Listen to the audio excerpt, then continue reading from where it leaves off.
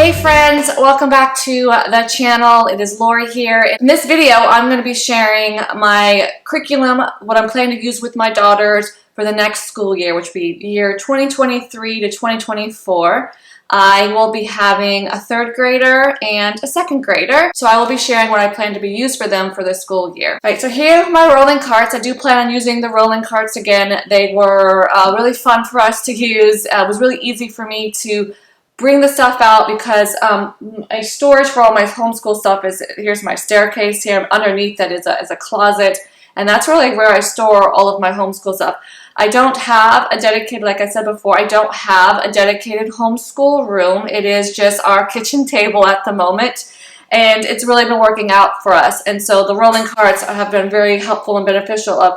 This is Madison's cart and this is Lila's cart, and so I kind of know, I pull them out of what they need. And so I was putting things together. I have less stuff to actually put on the carts this year. Some of them told you the things I'm not doing like I did last year, so there's more room on the cart. So I was like, oh, what am I going to do with all this room? So at the bottom of the carts, I actually have all my teacher manuals for each child. So all of the stuff from Madison's I have down there. So again, it'd be easier for me because I used to have a separate basket where I keep all my manuals. So now I maybe can keep my CC stuff in a separate box. And then this is all non-CC related stuff. That's pretty much what a lot of this is that you'll see here on this card, is other stuff that I plan to do with them that's not classical conversation related. I will be doing another video going over all the stuff that I plan to use for classical conversations this year because we will be going into cycle 3. We'll start with my second graders' carts. So like I said, at the bottom I have all of her manuals. So she will be doing Matthew C, the beta program.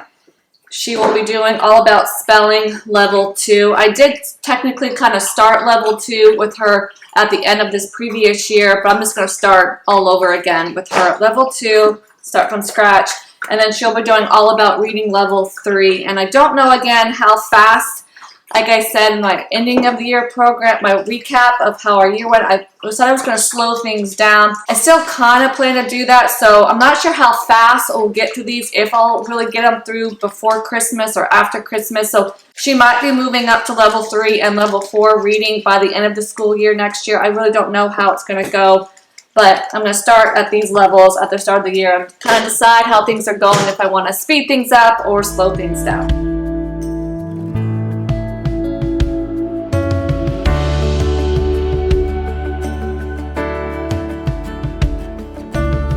Let's focus on the math. You see the math. So the math comes with the manipulatives. I still have that same manipulative box that I have last year. Both kids, I think, will be using them. So I have my teacher manual. So then Lila, for her level, it comes with a test book. So this is all where you rip out the test for each lesson. And then this is her student workbook. And what I do, I actually got this from one of my moms. I still have to prep all this still. But she go ahead and rips out each lesson. So each lesson comes with, like, I don't know, 6 or 7 worksheets. And so she would rip out each worksheet per class and either paper clip it or staple it all together so that child knew that those were the ones she's working on all week.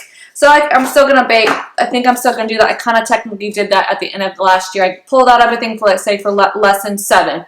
All the worksheets for it, and kind of gave them the worksheets when I felt they needed more practice on something. So that's all she has for her math. So again, real easy, simple program with just these 2 things, and I'm excited for that because it worked really well for us at the end of last year. The other thing she'll be doing is all about reading and all about spelling from the same program. I've been doing these programs for all of last year and really, really like them, so I'm going to continue them. So she has a notebook for a little binder for all about reading level 3. And pretty much in here, I just have these worksheets that they provide you. They're bank vowels where they read some of these words before they take their test. And then they have this jail card for some of the words that kind of don't follow any rules. And then this is the tracker where you can keep track of her progress. So she has that for spelling. I did not create one of these for Madison because I don't really use these that often, but if I have to create one for Madison, I will. It's really simple and easy to do. She does come with a spelling box. I did not get the spelling box for Madison's level 3 spelling because, again, I always would kind of forget to pull these out. So I'm going to try to do better this year with Lila and see if I will remember to pull these out and see if it will help her even more in her spelling. So that's all about spelling. Same program, but it's all about reading. So these are the binders that I created last year. So this was used for Madison last year. So it's all ready to go. All of the lessons have already been prepped. So I got this idea of prepping this program from the 5-Girl Schoolhouse, which I've talked about many times. So in here, it starts off with the tracker sheets. And then this is any jobs that the silent E does, little rules that they teach you. And then each folder, clear sheet, has a lesson in it. And the lessons, things you have to cut out. So everything for that lesson is inside that thing. So I just pull out everything that's inside one of those clear tabs. And that is the lesson. And I put it away. And so that comes with that program. So I've already have that one prepped, ready to go. Level 3 comes with 2 books that they will also read on top of it. So that comes with it. And then she too has her box of level 3. And we do use these boxes a lot. And it has their sounds that they work on, and then again, all the words that they will be learning to read that year. So I do recommend this box for the reading program. We do use that a lot. The other thing I plan on doing with my daughters that are outside of CC, so right there is their math, their reading, and their spelling, is handwriting. I told you in my recap video, I'm trying to do most of their handwriting by doing Bible-related things. But I do want to still teach them cursive. They both still really want to learn that. The first half of the year, I'm going to be using the Handwriting Without Tears cursive handwriting book for both of my daughters and see how they do. So this is what I kind of hope to get done the first half of school year. We'll see how it goes. And then for the second half of my school year, I got this off another mom, and it's the Logos cursive sayings and proverbs. So again, it's practicing their cursive handwriting, but it has Bible verses in it. And so like every word of God proves true. He is a shield to those who take refuge in him. Proverbs 35. And it's all in cursive, and each one has something different. But this isn't really teaching you how to write cursive. It's just a way for them to practice their cursive. So that's why I was still going to start with the Handwriting Without Tears program, and then go into this the second half of the year that maybe they'll have a little bit more penmanship. And we'll see. I did actually come across another cursive program from Half Acre. I will share the link below. I'm still debating if I want to purchase that program because it's kind of like Handwriting Without Tears. It will really teach you how to write in cursive, and then they also have a program of how you connect the 2 letters, like how you connect an L to an F or an F to an L. So they teach you the connections. So I might do that and maybe wait on this, maybe do this like over the summer or something. I don't know yet. We'll kind of see how it goes. But that's where I kind of stand on teaching them handwriting. So that is pretty much my second graders cart. Again, a very simple cart, not much on it. This isn't anything CC related. This is everything outside of CC that we'll be doing. So this is her other part of her curriculum that she'll be focusing on.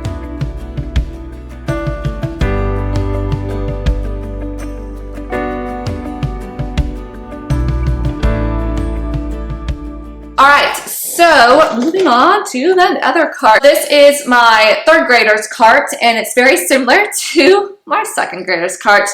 Again, at the bottom of my cart, I have all of my teacher manuals, and I will show you guys all the teacher manuals I have for her. So she's going to be doing level 4, all about reading, so I have my teacher manual for that.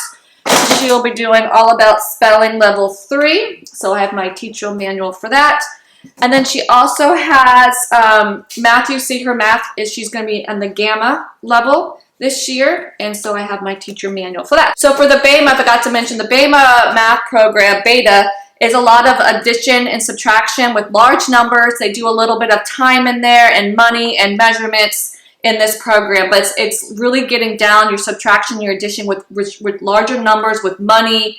Oh, it's big on there. So that's what student workbook that starts. Okay, and then so the next level after you get good, your kids get that, you move up to the next level in Matthew C, and it's the Gamma program, and it's single and multiple digit multiplication. So now she's moving away from adding and subtracting and really moving towards multiplication and skip counting, which we do a lot of skip counting in CC. So this is really, from my previous mom who did this, she said that your kid will blow through a lot of the skip counting exercises because of all the memory work that they do in CC. So they're going to multiply by 8. They're going to do some rounding. They do some rounding in the other one. They're going to learn about more place values, multiplying by 7, skip counting by 7, skip counting by 4. I'm excited for that program. So else on her cart, she too now has all her individual binders and books. So for her level 4, for all about reading, that level 2 comes with 2 books. And these books have a little bit longer stories and more writing on them. That's how each level kind of adds longer stories and more writing on each page for them to read. That's kind of one way I noticed that they increase that for the level 4, which I believe is their last level of reading for level 4. So after Madison is done with this level, there will be no more reading program for her. She'll just focus on just general language arts, because then eventually the following year she'll be in 4th grade, which in classical conversations they start the thing called essentials, which is really heavily on reading, writing, and vocabulary and some other things. So she'll be more going into that stuff. So I like that this is preparing her for that stuff. And so too, I bought a box for her for her reading. Again, she'll go through the sounds and then all the words she'll learn for level 4. Like I said, I didn't get a box for her all about spelling level 3. So what I plan to do is kind of what I started doing, because I kind of always forget that I had a spelling box.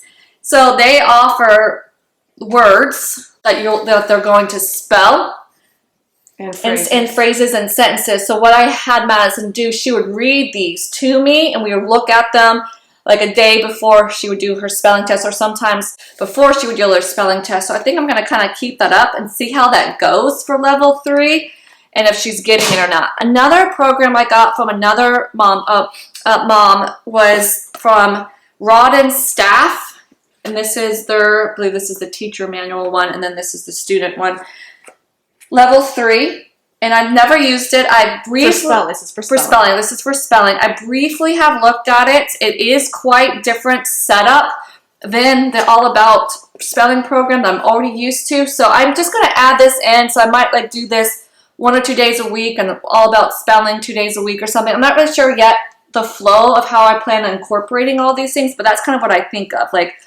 And they tell you on here, do lesson 1 one day, do lesson 2. So it is just different, but it looks still really cool and different and interesting. So maybe that's why I kind of want to do a combo of both programs, because I think they're, at least from the look of it, I haven't done it yet, looks like a really good program to do for spelling as well. So I'm going to try that out for spelling on her too. And then she, again, moved up in her math. I already showed you the teacher one. So her math, you see, again, comes with a little book of all their tests. And again, I rip this out on the test day, and they do their math test. And then she also has, they also come with student workbooks, which again, you tear out. You don't have to. You can have the kid work right out of the notebook. I like to tear it out. So I tear out each section, and they do the worksheets for that week. Last year, since I rushed the program, they would kind of only do 2 or 3 worksheets. And the people say that's the beauty of math. You see, sometimes your kid only needs to do 1 of the math worksheets, and they get the concept, and you can do the test and move on. Sometimes they don't get it, so it's nice having an extra couple worksheets to really go through the exercises and really making sure your child is understanding the concept before moving on. So I'm also excited to see how she does with multiplication, because she does so far. They do skip counting really well in CC. So I'm excited to see that combo with her for there. And then the last thing, again, for Madison is the reading, which I've already showed you her box. I didn't do this in a very good order, so I apologize. So she too, I created a binder for her. I already did the prep work. The only prep work I haven't done for this level is so she has a progress chart. Level 4 has 63 lessons in it, which is a little bit more than the previous lessons. I think they have about 56, 57, so a few more lessons in level 4. But each thing sometimes has, you pull it out, like I said, you pull it out of the clear sheet. And they tell you if there is dotted lines, that will mean that it needs to be cut out. So I haven't done that type of prep work yet. I hope to do it since I have some time here in the summer to get this done instead of doing it in the moment, which I've done in the past year, which is nice. I told you level 3 is already done. Everything's been cut out. But level 4, since it's a new level, nothing's been cut out yet. So I'll show you another one. So then this would be lesson 2. And so down here, they want you to cut this. And they also tell you in the book, too, what to cut and how to cut it. And then so all these, you would cut out each individual box as well. So that's just the prep work I still have to do for this. But that's it. And it's fairly easy program, great program. My kids have really come far in their reading and understand so much that when we go and read the Bibles in the morning, our Bibles in the morning, I notice that they can figure out some words more easily than before because I think, and also the reading that we do at night. But that is their carts. So that is, again, their curriculum that they're going to be doing for their math, their spelling, their reading, and then maths, and also have to go back and buy the second pair, the same handwriting that Lila will be doing as well. So again, that's 3rd grade and 2nd grade. The other part of our curriculum, which I'll do a separate video on, is classical conversations. That is, if you're new to classical conversations at this age before they get to the higher grades, it's just it's learning certain things each week and memorizing it. And we'll be going into cycle 3 next year, which is very American focused. So I'll have a lot of great resources that I'm going to do on top of the main curriculum. So stay tuned for that video. Make sure to check that out if you're interested in classical conversations, or also just interested in the other resources, because the other resources that I'm using for that, you don't have to be in classical conversations to use these additional resources. I think they're very beneficial even if you're not. So yeah, that's it. That's it for me today for our going over the curriculum. Again, my cards just seem so small or little compared to last year, but I learned that just keep to the basics. I don't need to do all this extra stuff. I can't decide where I'm going to store their Bibles and all their Bible journals. It might be here on the top shelf of my 2 carts. I'm not sure yet, but that's it. I hope you guys enjoyed today's video and coming in to see what I plan to do with my girls for some of their curriculum outside of classical conversations for this next school year. Again, I have a 2nd grader and a 3rd grader. If you have any questions, make sure you head over to Instagram and direct message me over there. All right, friends, I love you guys so much. I hope this video was a blessing on your homeschooling journey, or you're just one that is just curious to see what I'm going to be doing with my daughters. I hope you enjoyed today's video, and I will see you guys in the next one.